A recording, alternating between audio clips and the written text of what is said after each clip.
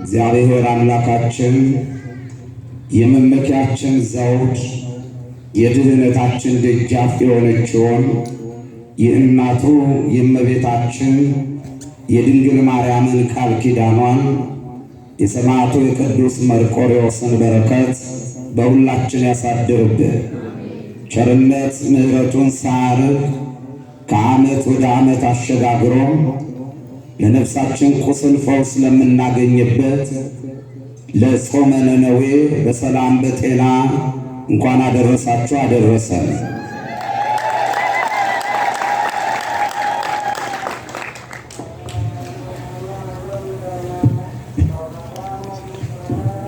እንደ አምላካችን እንደ እግዚአብሔር ቅዱስ ፍቃድ ጸሎታችን እንዲሰማ ምን እናድርግ በሚል መነሻ ቃል ተነስተን እግዚአብሔር አባታችን እኔ ቆሜ እናንተ ተቀምጣችሁ ያስተምረናል።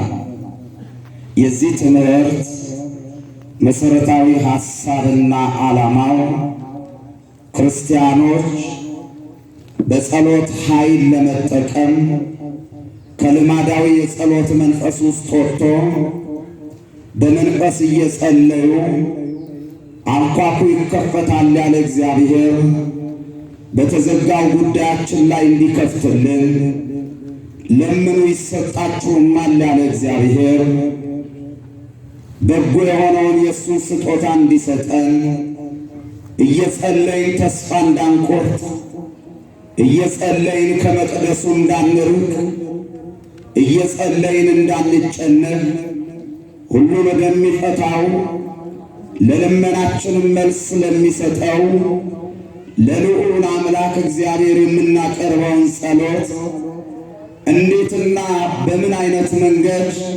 ጸሎታችን እንዲሰማ ማቅረብ እንዳለብን ማወቅና ማሳወቅ ይሆናል የትምህርቱ ኃይለ ቃል። ጸሎት እንዲህ ይላል፣ የማይጸልይ ክርስቲያንና አጥር የሌለው ግቢ አንድ ናቸው ይላል። አጥር የሌለው ግቢ የተፈታ ነው።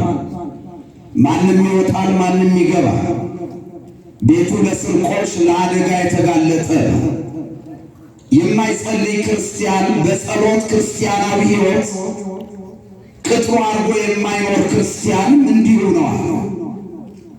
ሳይጸልይ የሚኖር ሳይጸልይ የሚወጣ በጸሎት የማያመሰግን በጸሎት የማይተጋ በጸሎት ኃይል ውስጥ ያለውን ታላቁን የእግዚአብሔር በጎ ስጦታ ያልተረዳና በጸሎት ውስጥ የማይኖር ሰው አጥር የሌለው ግቢ ይመስላል። ቅዱስ ዮሐንስ ዘአንጾኪያ የተባለው አባት ደግሞ ጸሎት ከእግዚአብሔር ብቻ የምንነጋገርበት ቋንቋ ነው ይላል። እግዚአብሔርን በምንድን ቋንቋ ታወሩታላችሁ ቢባል በጸሎት።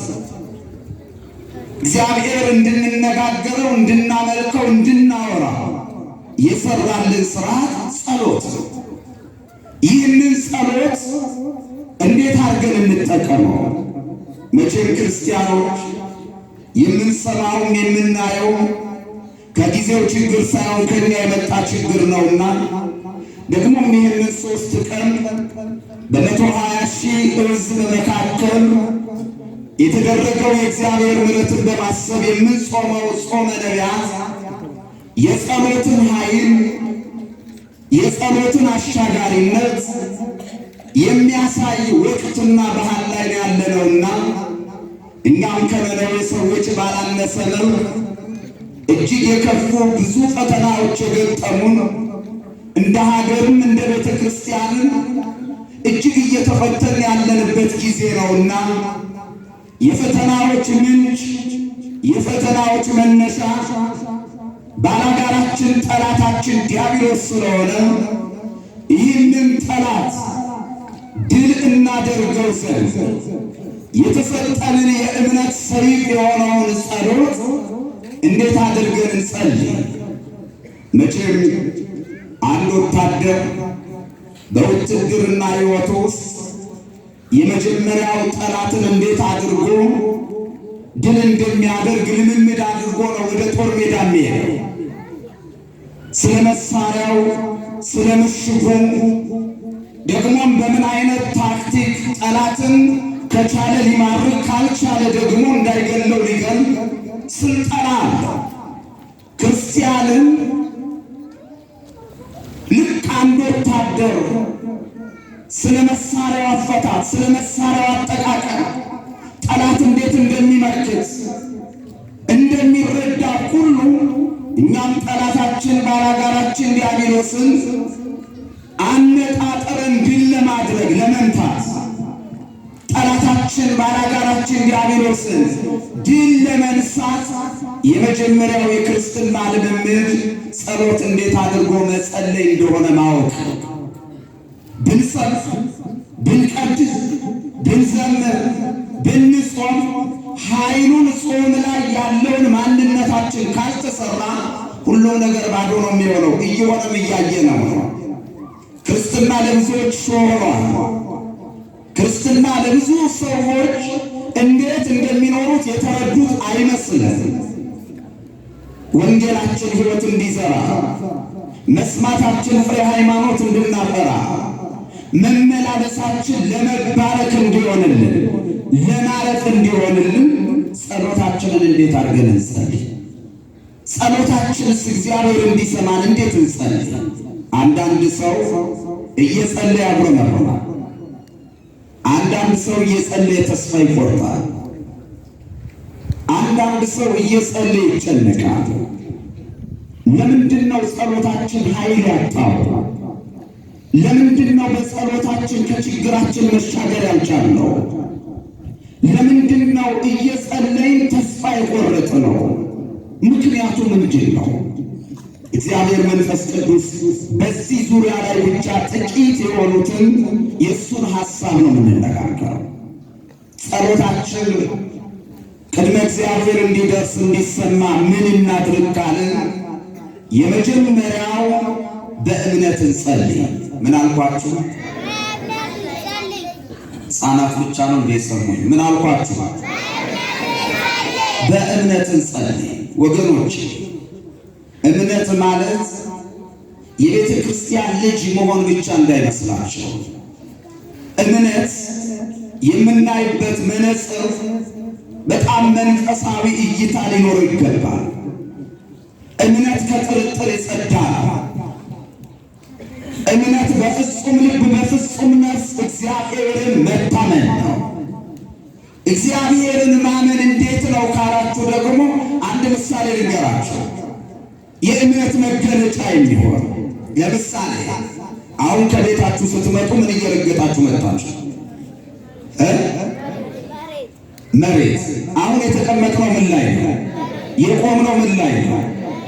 እስቲ ለሰከንድ ሽርፍራፊ ክርስቲያን ወገኖች መሬትን መላ ሰውነታችንን ስናሳርፍባት ይህ መሬት ከብቼው ተሰብሮ ይውጠኛል ብላችሁ ጠርጥራችሁ ታውቃላችሁ? መሬትን የጠረጠራት አለ? ከመሬት በላይ መሬትን የሰራውን እግዚአብሔርን ማመን። መሬት ትሰበራለች፣ ትፈርሳለች፣ ትውጠኛለች ብለን ለሰከንድ ሽርፍራፊ እንዳልጠረጠርናት ልባችን በአዳኙ በእግዚአብሔር ላይ ያለ አንዳች ጥርጥር መታመን ነው። ያለ እምነት የሚሆን ምንም ነገር እግዚአብሔርን አያስደስተው። ብንበዛ ደስ በሚያሰኝ ቃላት ክብሩን ብንገልጥለት፣ በተዋቡ ዝማሬዎች ምስጋናውን ብናመሰግነው፣ እነዚህ ሁሉ እምነት ከሌላቸው በእምነት ካልሆኑ እግዚአብሔር አይደሰትም። ሐዋርያው ቅዱስ ጳውሎስ በዕብራውያን መልእክቱ ምዕራፍ 11 ቁጥር 6 ላይ ያለ እምነት እግዚአብሔርን ደስ ማሰኘት አይቻልም። መመጽወታችን በእምነት፣ መሳላችን በእምነት፣ በእግዚአብሔር ፊት መቆማችን በእምነት፣ መጾማችን በእምነት፣ መጸለያችን በእምነት፣ መስበካችን በእምነት፣ መቀደሳችን በእምነት። በእምነት ያልሆኑ ነገሮች እግዚአብሔር አይደሰትባቸውም። ሰው ለጸሎት ከመቆሙ በፊት ማመኑን እርግጠኛ መሆን አለበት። ብዙዎች እየተጎዳን ያለነው አፋችን አምኖ ልባችን ስላላመነ ጸሎታችን የእርካታችንን መልስ አልሰጠንም። እንዳናገኝ አላመን። በእኛና በጸሎት ተቀባዩ ዘንድ የጎደለው ነገር ምንድን ነው ካልን በፍጹም ልባችን በእግዚአብሔር ላይ ያለን መታመን እጅግ የወረደ የራሳችን ችግር የሰሚው እግዚአብሔር የምናደርግ ሰዎች አለ። እግዚአብሔር ትቶኛል ደግሞም አይሰማኝም፣ እኔ ኃጢአተኛ ስለሆንኩኝ እግዚአብሔር አይሰማኝም የሚል ድምዳሜ ውስጥ የምንደርስ ሰዎች አለ። እንኳን እግዚአብሔር እኛ ደካሞቹ የምንሰማበት ጆሮ አለ። እግዚአብሔር ይሰማል። ነቢዩ ኢሳይያስ የእግዚአብሔር የቸርነት እጅ እናንተን ከማዳን አላጠረም፣ የቸርነት ዓይኑ እናንተን ከማየት አልታወረም፣ የቸርነት ጆሮዎቹ የእናንተን ጸሎት ልመና ከመስማት አልደነቆረም። ነገር ግን በእናንተና በአምላካችሁ መካከል በደላችሁ ለያችሁ ነው። መጠራጠር ከእግዚአብሔር ይለያል። አለማመን ከእግዚአብሔር ይለያል። ልባችን ሲንጓደድ በእምነት መቅረብ ሲያቅተን ያየነው የሰማነው ሁሉ ተስፋ ያስቆርጠናል። ለዚህ ወገኖቼ የጸሎት መጽሐፍ መዘርጋት ብቻ እንዳይመስለን። ጸሎት በቃላት የምናውቀውን በአእምሮ ያዝነው በልብ ያስቀመጥነውን ማነብነብ ብቻ አይደለም። ጸሎት የጸሎት አካሉ እምነት ነው። አካሉ ሳይኖር እንዲሁ ብቻ የምንለውና የምናቀርበው የምንጸልየው የጸሎት መንገድ ዛሬ እንደምንሰማቸው የአደባባይ የትንቢት አረቦች መናፍቃን ቤተ ክርስቲያንን ከመሳደብ እምነትን ከማንቋሸሽ ያለፈ ሕይወት አይደለም። እኔ ትናንት ኦርቶዶክስ ነበርኩ ይሉናል። ክርስትና በነበሩ ላይ ቆማ አይደለም። እኔ ነበርኩ የሚለው ነገር የትዝታ ዘፈን ነው። እኔ ቄስ ነበርኩ፣ እኔ መነኩሴ ነበርኩ፣ እኔ መርጌታ ነበርኩ፣ እኔ ኦርቶዶክስ ሰባኪ ነበርኩ የሚሉን ሰዎች አሁን ሶሻል ሚዲያውን አጨናንቀውታል። ምን ያደርጋል? ሰይጣንም የመላእክት አለቃ ነበር። ምን ያደርጋል? ይሁዳ ያስቆሮቱ ከ12ቱ ሐዋርያት መካከል የነበረው ይሁዳ ካህን ነበር፣ ቆራቢ ነበር። የክርስትና መዳረሻው ነበርኩ አይደለም። ለምንድን ነው እንዲህ አይነት ሰዎች የትዝታ ዘፈን የሆነባቸው ነበርን የሚሉት ኦርቶዶክስ ነበርኩ የሚሉት ካለ ብዙዎቹ በእምነት አለመመላለስ፣ በእምነት አለመጸለይ፣ በእምነት በእግዚአብሔር ፊት አለማገልገል፣ የማይዘበትበት እግዚአብሔርን በመቅደሱ ስለዘበቱ ለማይገባ አሳልፎ ሰጥቷቸው። ወገኖች ትዝታ አይደለም። ከመጸለያችን በፊት ልባችን ይመር። በእምነት የምንመጣ፣ በእምነት የምንጸልይ፣ በእምነት የምንጾም መሆናችንን ራሳችንን እንመርምረው። ቅዱስ ጳውሎስ በሃይማኖት ብትኖሩ ራሳችሁን መርምሩ፣ ራሳችሁን ፈትኑ ነው። የጸሎት ስርዓታችን እምነት አለው ወይ? አምኜ ነው ወይ የጸለይኩ? አምኜ ነው ወይ የዘመርኩ? አምኜ ነው ወይ የሰበኩ? አምኜ ነው ወይ የተመላለስኩ? ልማድ እንዳይሆን ልማድ ብዙዎቹን በክህደት ንፋስ አፍገምግሞ ከቤተ ክርስቲያን ባፋ ጥሏቸዋል። ብዙዎች ከቤተ ክርስቲያን የወጡት ልማዳዊ የጸሎት ስርዓት፣ ልማዳዊ መመላለስ ነው። በእግዚአብሔር ፊት በልማድ ሳይሆን በእምነት ነው። ለዚህ ጸሎታችን እንዲሰማ ምን እናድርግ ብለን የቅዱስ ሩፋኤል አምላክ የእኛ አምላክ እግዚአብሔርን ስንጠይቀው በእምነት እንድንጸልይ ያዘናል። ጌታችን መድኃኒታችን ኢየሱስ ክርስቶስ ይህንን ጥያቄ በአንድ አረፍተ ነገር ይመልሳል። የማቴዎስ ወንጌል ምዕራፍ 21 ቁጥር 22 ላይ እንዲህ ይላል፣ አምናችሁ በጸሎት የምትለምኑትን ሁሉ ትቀበላላችሁ። እስቲ ቃል በሉ፣ አምናችሁ በሉ። በጸሎት የምትለምኑትን ሁሉ ትቀበላላችሁ። የእግዚአብሔር ልጆች ለመቀበል ማመን ነው፣ ለመጸለይ ማመን ነው አለ ጌታ። የምትለምኑትን ለመቀበል አምናችሁ ጸልዩ አለ። የሚቀድመው ማመን ነው። በዚህ የመጽሐፍ ቅዱስ በጌታ ቃል ውስጥ ሶስት ነገር ነው የተቀመጠው። የመጀመሪያው አምናችሁ ነው። ቀጥሎ የምትለምኑትን ነው። ቀጥሎ ደግሞ ትቀበላላችሁ ነው። ያለ እምነት በእግዚአብሔር ፊት የሚቀርብ ጸሎት የለም። ዛሬ ሰኞ ስለሆነ የሰኞ ጸሎት መጸለይ አይደለም ማመን። ከመጸለያችን በፊት የሚሆነውን ሁሉ በእምነት ለመቀበል አምኖ መዘጋጀት ነው። ነገራችን ሲርቅ፣ ጥያቄያችን መልስ ሲቆይብን፣ በምንለምነው ልመና ውስጥ የእግዚአብሔር መልሶች ሲዘገዩብን ተስፋ እንቆርጥ የለም። እግዚአብሔር ትቶናል እንል የለም። የኔ ነገር በዛ እንል የለም። እነዚህን ሁሉ የሚያቆመው ማመን ነው። አመናችሁ ቢደረግ አመናችሁ፣ ባይደረግ አመናችሁ፣ ብትድኑ አመናችሁ፣ ባትድኑም አመናችሁ ከመከራው ማለት እነዛ ሶስት ሕፃናት በዱራ ሜዳ ላይ የነገሩን እምነት ማለት እግዚአብሔር ቢያድነንም ፍቃዱ ሆኖ ነው፣ ባያድነንም ፍቃዱ ሆኖ ማለት እኛ ተላቆንከው ጣዖት አንሰግድም፣ እሳት ውስጥ እንገባ እንመርጣለን አምኖ። ለዚህ ነው ቅዱስ ጳውሎስ ዕብራውያን 11 ቁጥር 35 ላይ ምን አላቸው? በእምነትም እሳቱን አጠፉታል። እምነት የማይቻለውን የምንችልበት፣ የማንሻገረውን የምንሻገርበት፣ የጨለማ ገዢ የባላጋራችን የጠላታችንን ክፉ ሐሳብ ድል የምናደርግበት እምነት ነው። እዚህ እምነት ላይ ልባችን ይሰራል። ማመናችን ልማዳዊ እንዳይሆን፣ መመላለሳችን በልምድ እንዳይሆን፣ ከባለፈው ዘመን ይልቅ አሁን ዘመን የከፋበት ቀን የጨለመበት ጊዜ ላይ ነውና ተግተን በእምነት የምንጸልይበት ስለሆነ አምናችሁ ጸልዩ ነው የተባለው። አምናችሁ በጸሎት የምትለምኑት ትቀበላላችሁ። ጸሎታችን እንዲሰማ ምንድን ነው ማድረግ ያለብን ብለን አምላካችን ስንጠይቀው አምናችሁ ጸልዩ ነው የተባለው። አምነን እንድንጸልይ ቸርነቱ ይርዳል። አምነን በፊቱ እንድንመላለስ ቸርነቱ ይርዳል።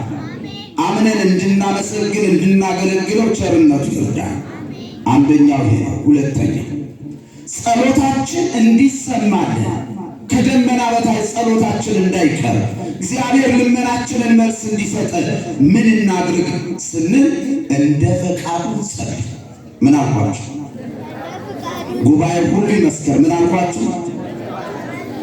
ይህ ደግሞ የብዙዎች መሰረታዊ ችግር ነው።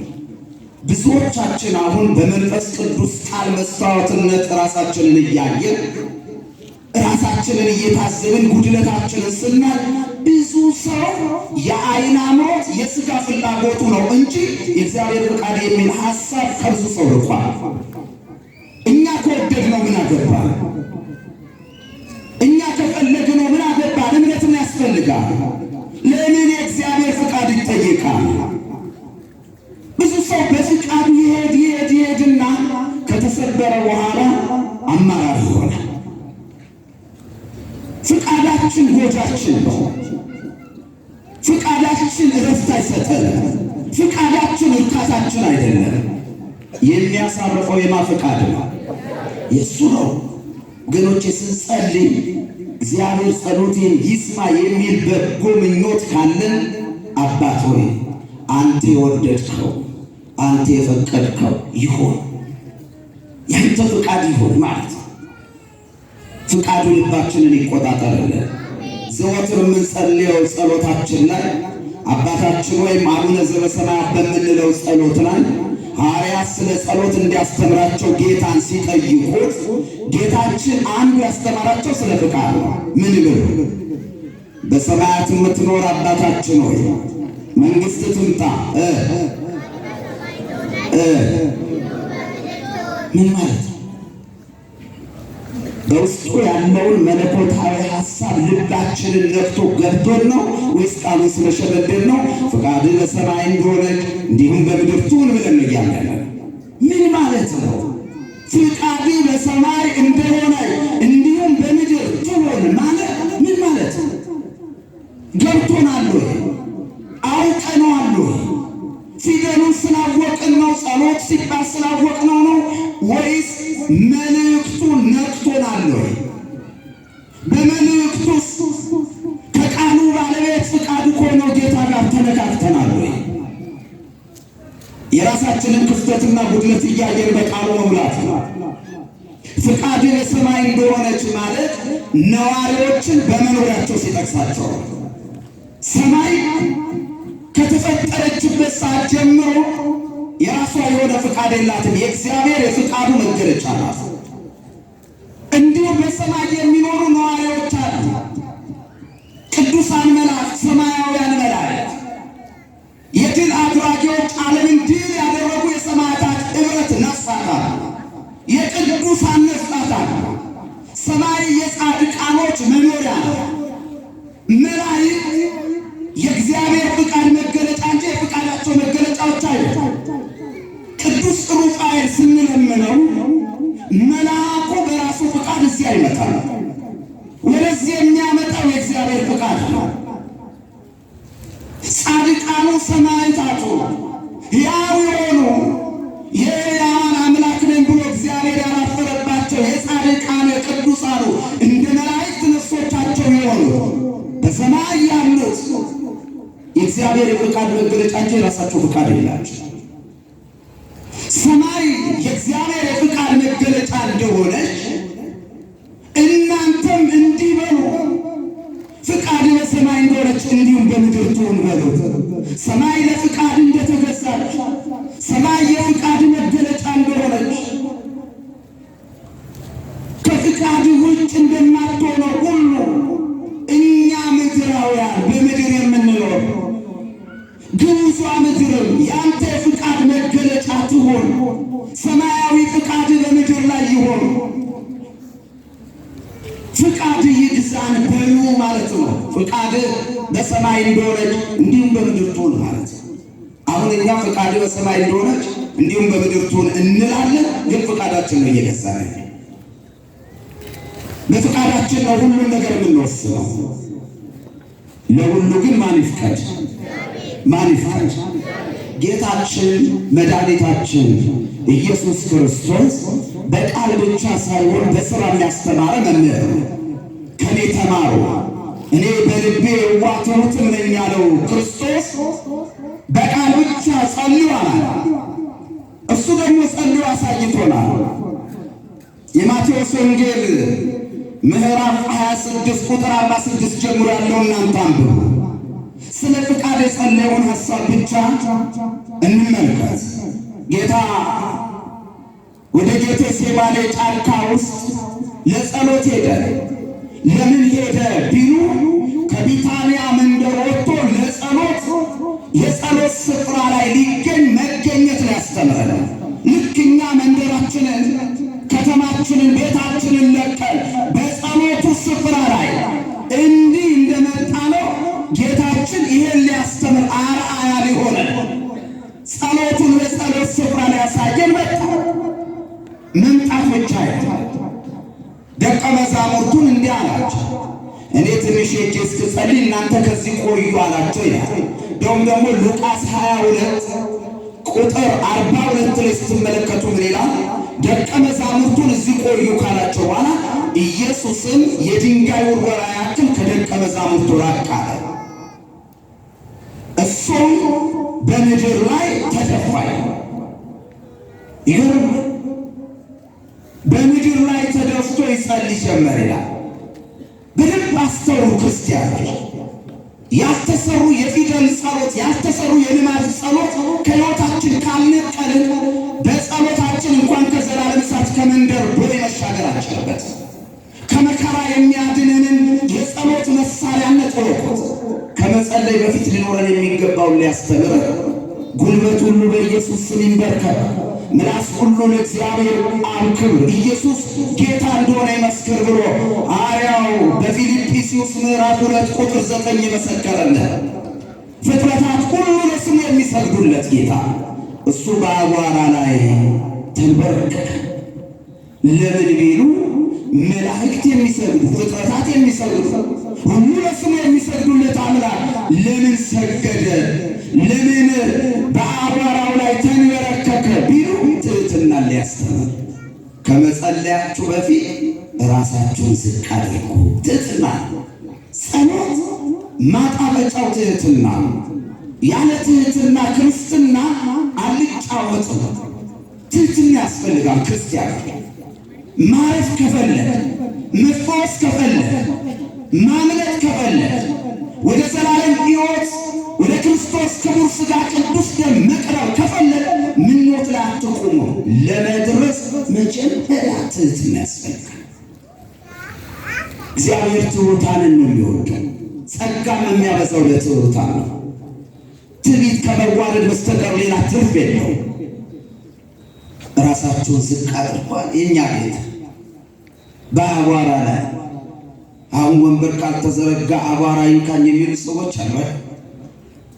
ልብሴ ቆሽሻል የሚሉ ሰዎች አሉ። ዳዊት በኃጢአተኛ ድንኳን ከመኖር በእግዚአብሔር ቤት ውዳቂ መሆን ለኔ ይሻላል አለ። ይሻላል አይሻልም? ይሻላል። ትሕትና ነው። ከኔ ተማሩ እኔ በልቤ የዋህ ትሑት ነኝ አለ ጌታ። አቧራው ላይ ይጸልይ ጀመረ ሲባል ጸድቃይ ጻድቅ ክብራይ ክቡር አምላክ ነው ክርስቶስ። እንዴት አድርገን መጸለይ እንዳለብን ክርስቶስ ሊያስተምረን ነው። በነገራችን ላይ ኦርቶዶክሳውያን አሁን የመናፍቃኑ ዓለም በጣም ድንግርግር ያለበት የጨለመበት ምንድን ነው ሲባል የክርስቶስ ለሥጋ የመምጣቱ የመገለጡን ምስጢረ ሥጋዌ 4 መንገድ አለማወቅ። ክርስቶስ ሲመጣ ፍጹም አምላክ ሆኖ ነው የመጣው። ምን ሆኖ መጣ? ፍጹም አምላክ። ከድንግል ማርያም ከሥጋዋ ሥጋ ከነፍሷ ነፍስ ነስቶ ደግሞ እኛን መስሎ ሲመጣ ፍጹም ሰው ሆኖ ምን ሆኖ? ፍጹም። ሦስተኛው ክርስቶስ በሥጋ ተገልጦ ሲመጣ አርአያ ሆኖ ነው፣ አብነት ሆኖ ነው። እንዴት መጸለይ፣ እንዴት የመቅደስ ሥርዓት ማክበር። ያንተ አልሰማችሁም? በወንጌል ኢየሱስ ክርስቶስ ሊቃውንት እግር ስር ቁጭ ብሎ አያችሁ። ቤተ መቅደስ ሥርዓት የሠራ ክርስቶስ አርአያ ሊሆነ ሲጠፋባቸው እንደ አምላክነት ይገልጣል። ደግሞም እንደ መምህርነታቸው እንደ ተማሪ ሆኖ ይጠይቃቸዋል። ግን እግራቸው ስር ቁጭ ብሏል። ትሑቱ አምላክ የመቅደሱን ሥርዓት አስተማረ። ይሄ ሥርዓት ክርስቶስን ያስተማረ አርአያ የሆነን ክርስቶስ ነው። መምህራን ያስተምራሉ ቆመው፣ የሚማሩት ደግሞ ቁጭ ብሎ ይሰማሉ። ሌላው ጋር ይሄ ተናጋሪውን ሰሚውም እኩል እየጮኸ አብዶ ነው የሚወጡ። አርአያነት ነው። ሦስተኛው ክርስቶስ በሥጋ ሲገለጥ፣ አራተኛው ፍጹም አዳኝ ሆነው። እነዚህ ነገሮች ስለጎደሏቸው ነው ሰዎች ሃይማኖት ትተው የሚሄዱ። ከነዚህ መካከል በዚህ ጸሎት ውስጥ ክርስቶስ አርአያ ሊሆነን አብነት ሊሆነን ከኔ ተማሩ ያለ ከሱ እንድንማር የጸሎት ሥርዓትን በቃላት ብቻ ሳይሆን በተግባር ሊያስተምረን አቧራው ላይ በትሕትና ተንበርክኮ አባት ሆይ ፍቃድ ሊሆን ይህች ጽዋ ከኔ ትለፍ፣ ያንተ ፍቃድ እንጂ የኔ አይሆን። ይሄ ልብ በሉ ኦርቶዶክሳውያን፣ የእግዚአብሔር ቃል በሙላት የሌለባቸው ከኦርቶዶክስ እምነት ባባ ያሉ ለነቀፌታ አፋቸው እንደ መቃብር የሚከፍቱ መናፍቃን በዚህ ቃል ሲሰናከሉ ሲያሰናክሉ እናያቸዋል። አባት ሆይ ፍቃድ ይሆናል። ይህም አርአያነት ነው። መጽሐፍ ምን ይላል? በፍቃዱ ነፍሱን ሊሰጥ መጣ ይላል። በፍቃዴ ስለ በጎቼ ነፍሴን አሳልፌ እሰጣለሁ አለ። በባሕርይ አባቱ በእግዚአብሔር አብ በራሱ ፍቃድ፣ በባሕርይ ሕይወቱ በመንፈስ ቅዱስ ፍቃድ ከድንግል ማርያም ሰው ሆኖ ዓለምን ሊያድን በፍቃዱ የመጣ አምላክ በጌቴሴማኒ ጫካ ውስጥ አባቱ ሆይ ፍቃድ ቢሆን ሲል ተሰማ። ምን ማለት ነው? እናንተ ስትጸልዩ የዓይን አምሮት የሥጋ ፍላጎታችሁን ሳይሆን የሰማይ አባታችሁን ፍቃድ ጠይቁ ሲል አንተ ብትወድ አንተ ብትፈቅድ ብላችሁ በጥያቄያችሁ ላይ ሁሉ የሰማያዊ አባታችሁን ፍቃድ አስቀድሙ ብሎ ሲያስተምር ነው ፍቃድ ሊሆን ያለ። ስማ በፍቃዱ ነው። ስማ በፍቃዱ ነው ነፍሱን አሳልፎ የሰጠው። በጸሎታችን ስለ ፍቃድ ስንጸልይ የጠየቅነው ጥያቄ ሁሉ መደምደሚያ ፍቃድ ይሁን፣ የኔ ያንተ ፍቃድ ይሁን። እሱም ያለ አባቶ ያንተ ፍቃድ እንጂ የኔ ፍቃድ አይሁን ብሎ ያስተማረበት። ለዚህ ኦርቶዶክሳውያን ጸሎታችን እንዲሰማ ምን እናድርግ? እንደ ፍቃዱ እንጸልይ ስንል የእግዚአብሔርን ፍቃድ ማወቅ። እግዚአብሔር ፍቃዱ ምንድን ነው ሲባል እግዚአብሔር ፍቃዱ እንድንቀደስለት ነው። ቅዱስ ጳውሎስ በአንደኛ ተሰሎንቄ ምዕራፍ 4 ቁጥር 3 ላይ ምን ይላል? የእግዚአብሔር ፍቃድ መቀደሳችሁ ነው፣ ማንም እንዲረሳ አይፈልግም። ለዚህ ነው በፍቅሬ ገመድ ጎትቼ ጠሯችሁ አለ። እርኩሰት ከበዛበት፣ የዓይን አምሮት ከበዛበት፣ በሚሞቱ ብልቶቻችን የዓመፃ ጦር ጠላት ከሚያነግሥበት ከርኩሰቱ መንደር በፍቅር ጎትቶ እንድንቀደስ በቅዱስ ቃሉ በቅዱሱ ስፍራ የሰበሰበን እግዚአብሔር ፍቃዱ ይሄ ነው። በእኛ ላይ እንድንቀደስለት። ለዚህ ፍቃዳችን ይሁ የዓይን አምሮታችን ይሁ ፍላጎታችን ይሁን ይላል። የምንለምነው ልመና ጎዶላችንን ስንጠይቅ ያንተ እንጂ የኔ ፍቃድ አይሆን በሉ። ወንጌላዊው ቅዱስ ዮሐንስ ጸሎታችን እንዲሰማ ምን እናድርግ የሚለውን በአንድ አረፍተ ነገር ሲዘጋ እንዲህ ይለዋል። አንደኛ ዮሐንስ ምዕራፍ 5 ቁጥር 14 ላይ እንዲህ ይላል፣ በእርሱ ዘንድ ያለን ድፍረት ይህ ነው ይላል። በእርሱ ዘንድ ያለን ድፍረት ይህ ነው። ድፍረት ማለቱ ምንድን ነው ቢባል በእርሱ ዘንድ ያለን የልጅነት ስልጣን፣ እሱም አባት ወይ ልንለው ስልጣናችን፣ ሰማያዊ አባታችን ልንለው ስልጣን፣ የልጅነት ስልጣን ማለት ይህን ስልጣናችንን በስልጣናችንን እንድንኖርበት በእሱ ዘንድ ያለን ድፍረት ይህ ነው አለና ቀጥሎ ምን አለ?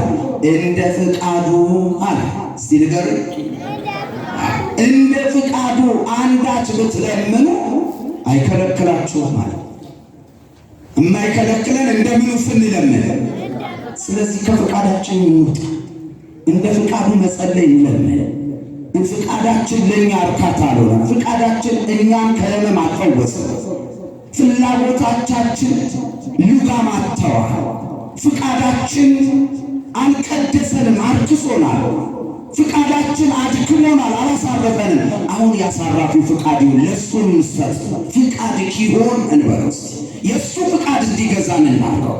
በዚህ አይነት ክርስቲያናዊ ልምምድ ውስጥ ጸሎትን መጸለይ ብቻ ሳይሆን የጸሎትን ጥቅም በመረዳት ከጠላትና ከጨለማ ገዢ ከዲያብሎስ ጋር ያለንን ረቂቃዊ ውጊያ በድል እንድናጠናቅቀው እንደ ፈቃዱ መጸለይ ነው። እንደ ፈቃዱ እንድንጸልይ ቸርነቱ ይርዳል። ፍቃዱ ልባችንን ይግዛው። ፍቃዱ መውጫ መግቢያችንን ይግዛው። ፍቃዱ ኑሯችንን ይቆጣጠር። ፍቃዱ በሀገራችን ላይ ይገለጥ። ፍቃዱ የተጨነቁትን ያሳርፍልን። የእሱ ፈቃድ መቀደሳችን ስለሆነ ቅዱስ ፍቃዱ ከኛ አያርቅብን። አንድ ልጨምርታ ላቅ ረጅም ነው መንገዳችን ካልነው ብዙ ነጥቦች አሉ። አንድ ጨምር ላቅ ጸሎታችን እንዲሰማ ምን እናድርግ? እንዴት አድርገን ብንጸልይ ነው ካለ የምንጸልየው እንወቅ። ምን አልኳችሁ? አሁን ብዙ ሰው የተቸገረው ብዙዎቻችን ችግራችን የምንለምነውን አናውቅ። ትዳር ያጣው ስለ ትዳሩ ነው፣ ጥሩ ነው። ስራ ያጣው ስለ ስራ ነው፣ ጥሩ ነው። ጤና ያጣው ስለ ጤናው ነው፣ ጥሩ ነው። ግን ይገርማችኋል፣ በእነዚህ ጸሎት ሁሉ መደምደሚያው አሁን ያልነው ሀሳብ አለመኖሩ። ስራ የሚፈልገው ወይም ስራ እንዲሰጥ የሚፈልገው እሱ የወደደውን እንጂ እግዚአብሔር የወደደውን አያስከድም። ፍላጎታችንን እናስቀድምና ጸሎት እናስከትላ። አይሆንም። ክርስቲያኖች አይሆንም። የምንጸልየው ጸሎት የምንለምነው ልመና መቅደም ያለበት አስቀድማችሁ መንግሥቱን ጽድቁን እሹ ነው ያለው ጌታ። ሌላው ይጨመራል። ምድራዊ እንዲጨመር ሰማያዊውን መሻት፣ ሰማያዊውን መናፈቅ፣ ሰማያዊውን መለመን ያስፈልጋል። እኛ ሰተት ብለን እኛ የወደው እናገባ እሷ ቆንጆ ትሆን እንጂ ምን አገባ፣ እሱ እጁ ላይ ቁልፍ ይኑረው የመኪና ቁልፍ ይኑረው እንጂ ምን አገባት መስዋዕት ነው። እሱ ሰማያዊ ንጉሥ ነው። በጎችና ፍየሎችን ሊለይ የሚመጣ ንጉሥ ነው። እሱ የሚመጣው በሕያዋንና በሙታን ሊፈርድ ነው። አጣንንና ጻድቃንን ሊለይ የሚመጣ ንጉሥ ነው። ይህን አላወቀች። ምን አለች? አንድ ልጄን አለች በሕይወት አልኖረ አንድ ልጄን ግደለው አለች። ጌታ ምን አላት? የምትለምኑትን አታውቁ አላት። በክርስቶስ ቀኝ እናንተ የአባቴ ብሩካኖች ናቸው፣ በክርስቶስ ግራ ደግሞ እናንተ እርጉማን ለዲያብሎስ ለሰራዊት ወደ ተዘጋጀ ወደ ዘላለም ሞት ሂዱ የሚባሉ አንድ ልጄን አድነው አንድ ልጄን ግደለው ስለለመነች የምትለምኚውን አታውቂም ማለት። ወገኖች የምንለምነውን ባለማወቅ የሚመጣብንን መዘዝ መለየት ማወቅ፣ ጸሎታችንን እንዲሰማ የምንለምነውን ለይተን መረዳት ያስፈልግ። ከእምነት አንፃር አታውቂ አሁንም አታውቁም እንዳለ ብዙዎች የሚለምኑትን ባለማወቅ ጠፍተዋል።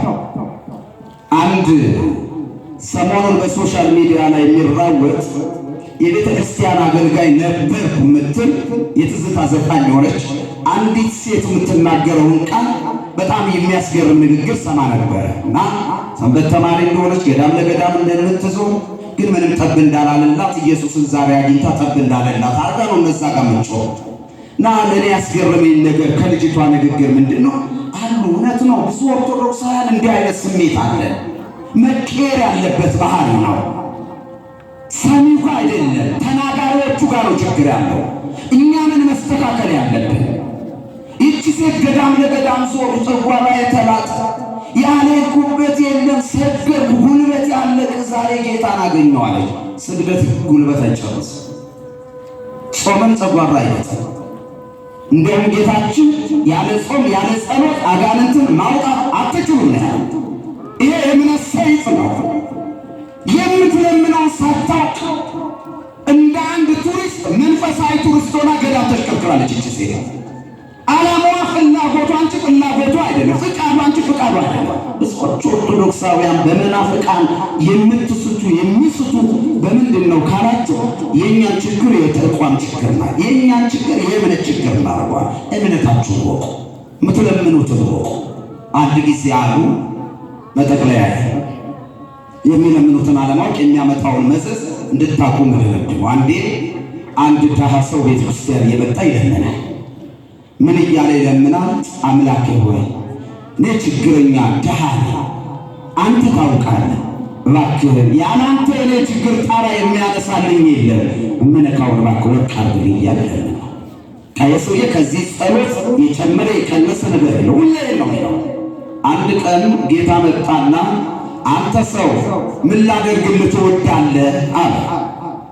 የሚለምኑትን አለማወቅ የሚያመጣውን መዘዝ ዛሬም ይሄ ድምፅ በመቅደስ ስላለ በሰማይ የምትኖር አባታችን ሆይ ስንል ምን ላደርግልህ ትወዳለህ፣ ምን ላደርግልሽ ትወዳለሽ፣ ምን ላደርግላችሁ ትወዳላችሁ አለ። እግዚአብሔር በመቅደሱ አለ ይላል ነብዩ ዕንባቆም። በመቅደሱ ያለው ጌታ ምን ላደርግላችሁ ትወዳላችሁ ይላል። የምንለምነውን እንወቅ። አለማወቅ የሚያመጣው ማለት ጌታ ሆይ እኔ ድሃ ነኝ፣ የችግር ጣራዬ ያላንተ አይነቀልም፣ እባክህ መቃው ወርቅ አድርግልኝ አለው። እንደለምንክ እንደወደድ ይደረግልሃል። ይሄን ቡራኬ ተቀብሎ ሰውዬው ወደ ቤቱ ሲመጣ ግቢው በር ላይ ሲደርስ የሚስቱን ስም እየጠራ ይጣራል። ቤቶች እያለ ሚስት ምን እንግዳ መጣ ብላ በሩን ከፍታ ስትወጣ ባሏ ነው። በሩ ክፍት ነው፣ ከፍታ አትገባም እንዴ? እንደ እንግዳ ከውጭ ትጣራለህ ትላለች። አይ በሩን ክፈችው፣ እኔ ለዘመናት የምነካው ወርቅ አድርግልኝ ብዬ አምላኬን ጠይቄው ይደረግልህ ተብዬ መጥቻለሁ። በሩን ልክፈት ብዬ ነክቼው ብገባው በራችን ወርቅ ይሆናል። ሲወጡ ሲገቡ በራችን በወርቅ ተዘግቶ ሲያዩ ምን አይነት ባለጸጋዎች ቢሆኑ ነው በራቸውን የግቢ በር በወርቅ የዘጉት ብሎ ያን ሰብሮ ሽፍታ ገብቶ ይገለናል። በክፈቻ እሺ ገቡኝ። ባርጩማ አምጫት አመጣች። ቁጭ መመሪያ አንድ መኝታ ቤት ያለ አልጋ፣ ፍራሽ፣ ቁምሳጥን ጠቅላላ ጥርግግ አድርገሽ ታስወጫለሽ። ለምን አላት። እሷ ናት የምትጠይቅ። ለምን? አይ የነካሁት ወርቅ ይሆን ብያለሁ። አሁን አንቺ ብታቀርቢው መነካው ወርቅ ይሆናል። ወርቅ የሆነው ሁሉ ከዛሬ ጀምሮ መኝታ ቤታችን መኝታ ቤት ሳይሆን መጋዘን፣ የወርቅ መጋዘን ነው። እሺ ሁሉን አጸዳዳቸው አወጣች። ከትንሿ የሻይ ማንኪያ ጀምሮ ታቀርጃለች። ይነካል፣ ወርቅ ታስገባለች። ጭልፋው ይመጣል፣ ይነካል፣ ወርቅ። ብረት ድስት ይመጣል፣ ይነካል፣ ወርቅ። በቃ እያደረገች ግማሽ ቀን ሞላ። እስቲ ልጠይቃችሁ፣ ግማሽ ቀን በኢትዮጵያውያን የምን ሰዓታችን ጀማ ጠፋችሁ? የምሳ ሰዓት ልክ የምሳ ሰዓት ሲል በቃ ምን ነው ማለት ምሳ እንብላና ቀጥለን ደግሞ እንሰራለን። ይሄ ነው ተባለ። ጉድፈላ አለች። ምን ነው አላት። የነካሁት ወርቅ ይሁን ብላል። አሁን እንጀራ ባቀር እንዴት አድርገህ ትበላለህ? ብትነካው ቆርሳለሁ ብትል ምን ይሆናል? ወርቅ ይሆናል።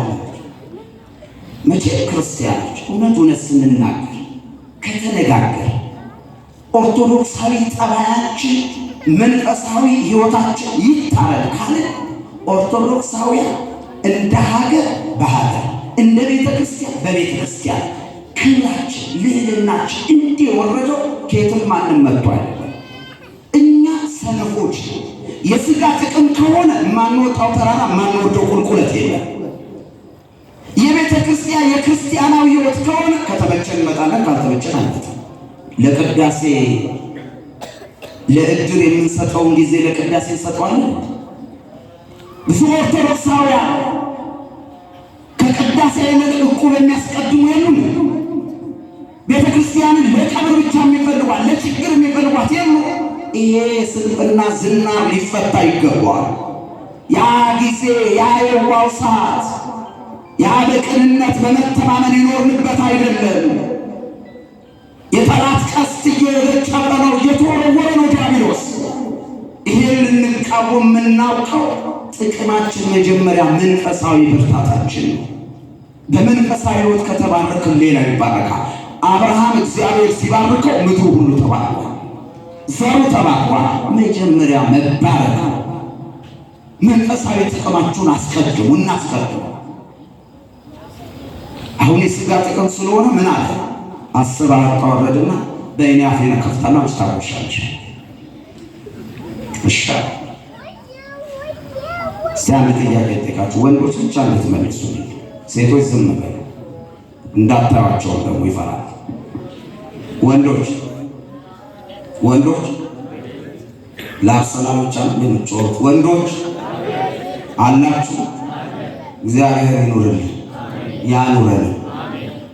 የሴት ጉርሻ ትልቅ ነው ትንሽ?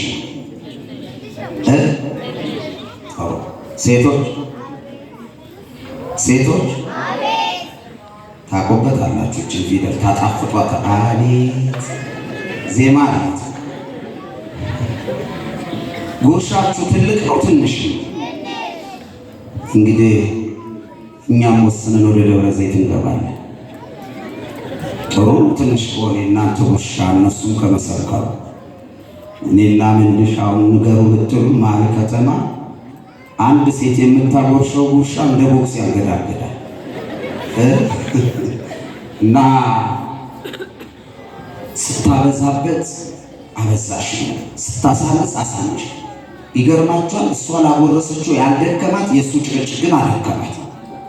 ሴቲቱ በቀጥታ ከዚህ ሰው መገላገል አለብኝ ብላ ተግብላ የቀረው ጠቅልላ አጣች። ሲያየው አይደለም አቁም ፊቱን ልለቀልቀው ነው። ፊቱን ከለቀለቀችው ጠርጋለሁ ብሎ ቢነካ ምን ይሆናል? ስለዚህ ቀስ ያስተካክል እጇን ይዤ ልብላ ብሎ የሚስቱን እጅ ያዘ። ሚስቱ ምን ሆነች? በቃ እንጀራ እንደያዘች እንዲወርቅ ሆናለች። ደንግጦ ጭንቅላቱን ያዘ። እሱ ምን ሆነ? ጠቢቡ ሶሎሞን በቆፈርከው ጉድጓድ እንዳትቀበር ይላል። ክርስቲያኖች የምንለምነውን ባለማወቅ ከመንፈሳዊ ጎዳና ከሕይወት አደባባይ እንዳንርቅ የምንለምነውን እንወቅ። የምትለምኑትን አታውቁም እንዳንባል ጸሎታችን እንዲሰማልን ማድረግ ያለብን የምንለምነውን ማወቅ። የምንለምነውን ማወቅ ማለት አስቀድመን መንግሥቱን ጽድቁን መሻት ነው። የምንለምነውን እንድናውቅ መንፈስ ቅዱስ ይርዳል። የምንለምነውን አውቀን በሕይወት እንድንኖር አባታችን እግዚአብሔር ይርዳል። የእግዚአብሔር ቸርነት፣ የእመቤታችን የድንግል ማርያም አማላጅነት፣ የቅዱሳን መላእክት ጥበቃቸው ከሁላችን አይለየን ለዘላለሙ አሜን።